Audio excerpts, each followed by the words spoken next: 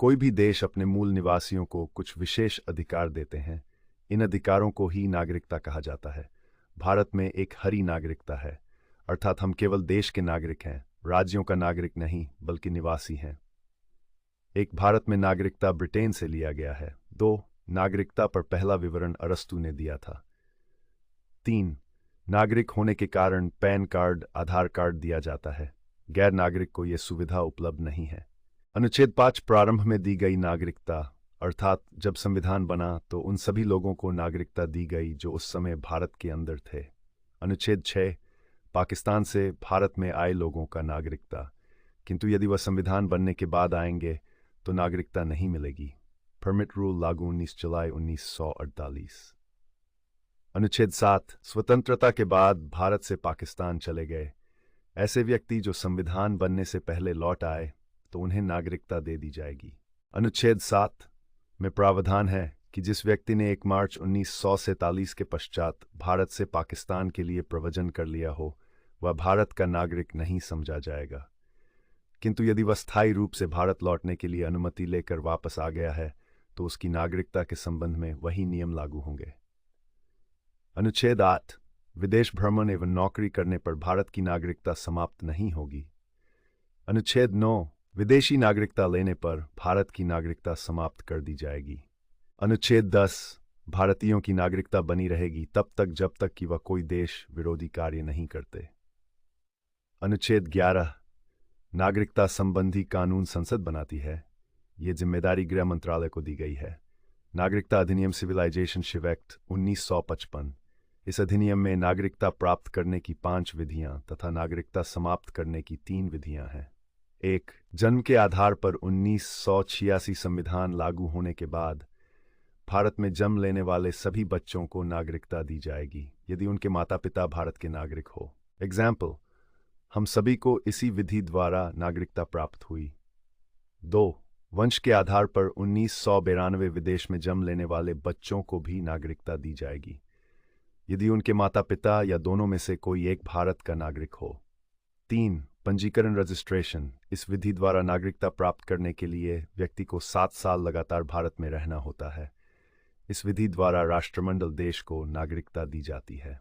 4, देशीकरण neutralisation. वैसा व्यक्ति जो भारत के 8वीं अनुसूची में से कम एक भाषा को जानता हो, भारत के प्रति सकारात्मक सोच रखता हो, वैज्ञानिक या कला में निपुण हो, साथ ही लगातार भारत में 12 साल तक रहा हो तो उसे देशीकरण विधि द्वारा नागरिकता दी जाती है। एग्जाम्पल, मदर टेरेसा को भारत की नागरिकता। 5, अर्जित भूमि। किसी विदेशी राज्य को भारत में मिला लेने पर वहां के लोगों को नागरिकता दे दी जाएगी। सिक्किम का भारत में विलय होने के बाद वहां के निवासी को दी गई नागरिकता, बांग्लादेश के परगना जिले को नागरिकता। NRE, वह नागरिक जो वर्तमान में भारत में नहीं रह रहा है लेकिन वो भारत का नागरिक है। वह विदेश में 6 माह से ज्यादा नौकरी करने के लिए चला गया हो तो NRI कहलाएगा। ओवरसीज नागरिकता, इसे 2005 में लक्ष्मीमल सिंधवी समिति द्वारा जोड़ा गया। ये बड़े बड़े उद्योगपतियों को दिया जाता है जो विदेशी नागरिकता ग्रहण कर लिए हैं। इस नागरिकता को प्राप्त करने वाला व्यक्ति बिना वीसा के भारत आ सकता है। उसका वीसा आजीवन मान्य रहता है। एक NRI को भारत में मताधिकार, संवैधानिक पद, भारत में शिक्षा, भारतीय मुद्रा में खाता खोलने की सुविधा प्राप्त है, जबकि विदेशी नागरिक को केवल भारत में शिक्षा और भारतीय मुद्रा में खाता खोलने की सुविधा प्राप्त है, न कि मताधिकार और संवैधानिक पद प्राप्त कर सकता है।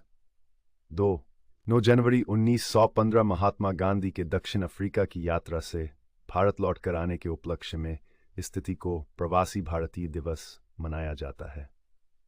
3, 9 जनवरी को प्रवासी भारतीय दिवस मनाने की सिफारिश डॉक्टर LS सिंघवी की अध्यक्षता में की गई थी।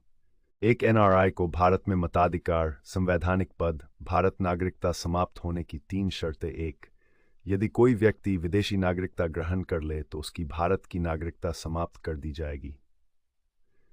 यदि व्यक्ति भारत की नागरिकता अपने इच्छा अनुसार छोड़ दे तो उसकी नागरिकता समाप्त हो जाएगी।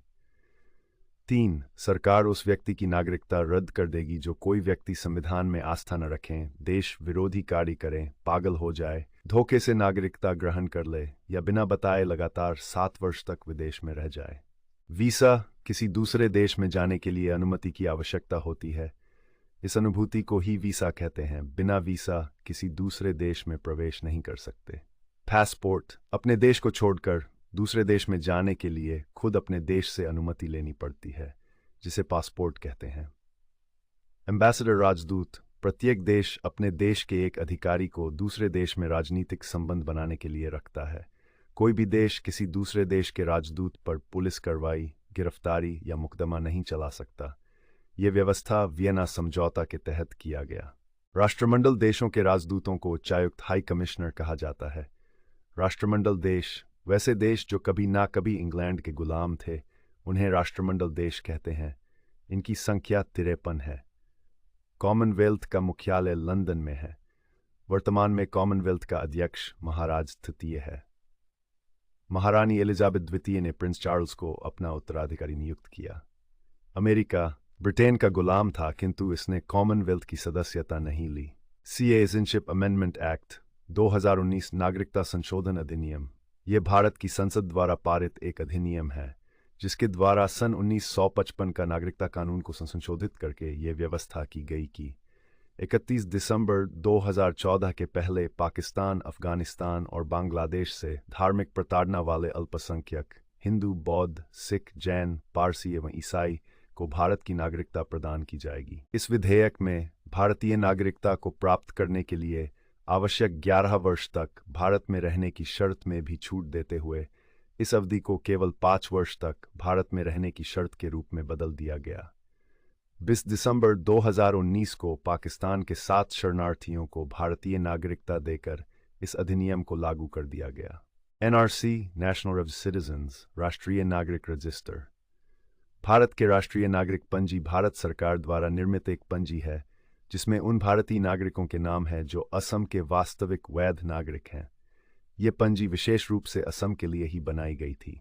NRC में रजिस्टर होने के लिए 2 लिस्ट को मिलाकर कुल 30 डॉक्यूमेंट में से कोई एक का होना आवश्यक है। यदि आपके पास कोई भी डॉक्यूमेंट नहीं है तो आपको 4 माह कास में दिया जाएगा। आपको 4 माह के अपने आप को साबित करना पड़ेगा।